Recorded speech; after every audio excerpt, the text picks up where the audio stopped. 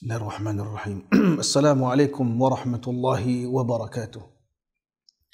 Alhamdulillahi rabbil alamin. Wassalatu wassalamu ala nabiyil karimil amin. Nabiyyina wa sayyidina Muhammadin wa ala alihi wa ashabihi ajma'in, amma ba'du.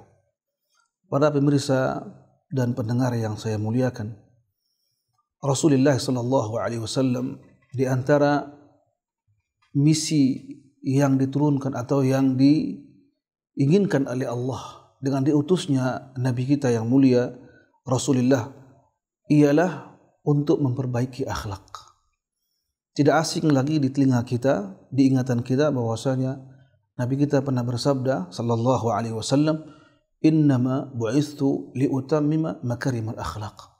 Sungguhnya aku diutus oleh Allah Subhanahu wa taala ia termasuk memperbaiki akhlak manusia. Dengan kata lain, akhlak yang beliau atau perilaku akhlak di kota Mekah, umumnya orang-orang Quraisy Mekah itu ada akhlak yang baik. Namun begitu banyak akhlak-akhlak yang tidak baik. Nah, di antara fungsi beliau ialah untuk memperbaiki akhlak yang buruk tersebut, yang menuju kepada akhlak yang mulia. Akhlak yang tidak baik beliau ajarkan, beliau didik, dan beliau gembleng sehingga mengantarkan kepada manusia memiliki akhlak yang baik. Di antara akhlak-akhlak yang baik itu ialah berucap, bertutur kata dengan yang baik. Bukankah di antara hadis-hadis Nabi yang mulia sallallahu alaihi wasallam memiliki bobot yang besar, makna yang dalam, dan memiliki hikmah yang sangat besar? Kenapa tidak memelihara kata-kata yang baik, menjaga kalimat-kalimat yang cocok, sehingga membuat orang atau lawan bicara kita tidak tersinggung, tidak merasa disakitin, tidak merasa direndahkan. Sehingga bagaimana al-Islam menjaga lisan. Mari kita lihat di antara sabda Nabi yang mulia sallallahu alaihi wasallam dalam hadis yang sahih. Beliau bersabda, "Man kana yu'minu billahi wal yawmil akhir falyakul khairan aw liyasmut." Barang siapa yang beriman kepada Allah dan beriman dengan hari akhir, disebutkan dua rukun iman. Yang pertama ialah aslun min usulil iman, puncaknya keimanan. Itu beriman kepada Allah Subhanahu wa taala. Lalu yang kedua ialah beriman dengan hari akhir. Kedua-dua rukun iman ini sering Rasul ulangi dalam banyak sabdanya sallallahu alaihi wasallam. Maknanya ialah barang siapa yang beriman kepada Allah lalu beriman dengan hari akhir, merupakan hari penghisaban. Kita yang bicara salah akan dihisab, kita yang bicara benar akan dihisab. Lalu kemudian kita meyakini beriman dengan rukun iman yang kedua, yaitu beriman dengan para malaikat yang Allah tugaskan bagi setiap manusia. Ada dua malaikat. Di kanan kita ada pencatat kebaikan dan di kiri kita ada pencatat keburukan. Ditambah lagi dengan hadis yang mengatakan dari sahabat Abu Dzar Al-Ghifari radhiyallahu anhu, Nabi kita bersabda sallallahu alaihi wasallam, "Ittaqillaha haitsu ma kunta." Lihat, Nabi katakan ialah takutlah kepada Allah dimanapun engkau berada. Sehingga apa? Bagi orang yang mendalami arkanul iman, bagi orang yang seorang muslim tentunya mendalami, memahami betul-betul makna iman. Mungkinkah dia berbuat kesalahan? Mungkin saja. Tapi rasa haya, rasa malu, dan merasa Allah yang memantaunya setiap saat. Yang kedua, Allah mengutus dua malaikat pencatat kebaikan sebelah kanannya dan pencatat keburukan di sebelah kirinya. Lalu ada cahaya nur di hati kita. Pantaskah kita berbuat dosa? Pantaskah kita bertutur kata yang tidak baik?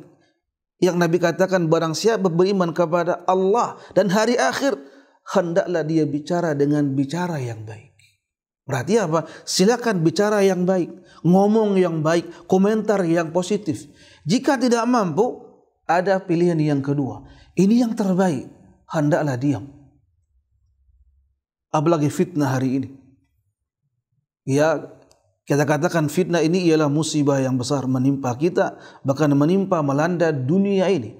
Kembali anak-anak didik kita dengan sistem daringnya. Lihat bagaimana mereka yang komentar di ya di laman-laman Facebook atau di laman-lamannya di YouTube atau komentar-komentar ketika mereka chat ataupun saling jawab atau tanya jawab di medsos tersebut. Nah, sehingga bagaimana rumus terbaik, bagaimana langkah jitu yang terbaik, apa yang Nabi sabdakan tadi, itulah solusi yang terbaik. Silakan bicara, silakan kita ngomong, silakan kita berkomentar, tapi yang baik. Jika tidak baik, silakan diam. Lalu yang terakhir sebagai solusi yang terbaik ialah agar menjaga lisan, jangan berkata kotor, jangan berbuat maksiat dengan lisan kita, jangan sekali-kali menyinggung, menyiksa, bahkan membuat menderitanya orang lain. Apa yang Allah firmankan dalam surah Al-Ahzab, ya ayyuhalladzina amanu dzkurullaha dzikran katsira wasabbihuhu bukratan wa asila. Wahai orang-orang yang beriman, berzikirlah, ingatlah kepada Allah di waktu pagi dan petang dengan zikir yang banyak, mohon maaf. Kemudian dan bertasbihlah kepada Allah di waktu pagi dan di waktu petang.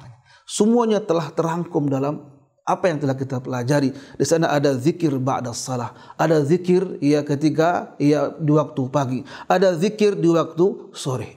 Bahkan zikir kita sebelum tidur, zikir ba'da kita bangun tidur, zikir masuk keluar kamar mandi, semuanya telah kita pelajari. Semua hal itu ialah agar menjaga lisan kita dan terjaganya ucapan kita agar berkata yang baik-baik saja. Jika tidak mampu berkata yang baik, silakan kita diam.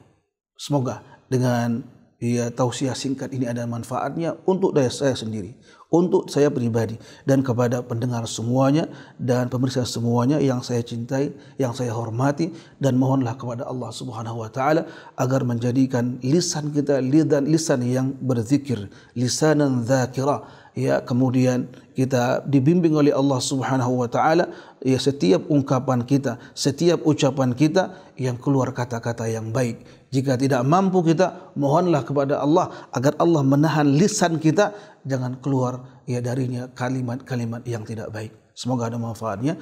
Jazakumullahu khairal jaza wa barakallahu fikum jami'an. Wassalamualaikum warahmatullahi wabarakatuh.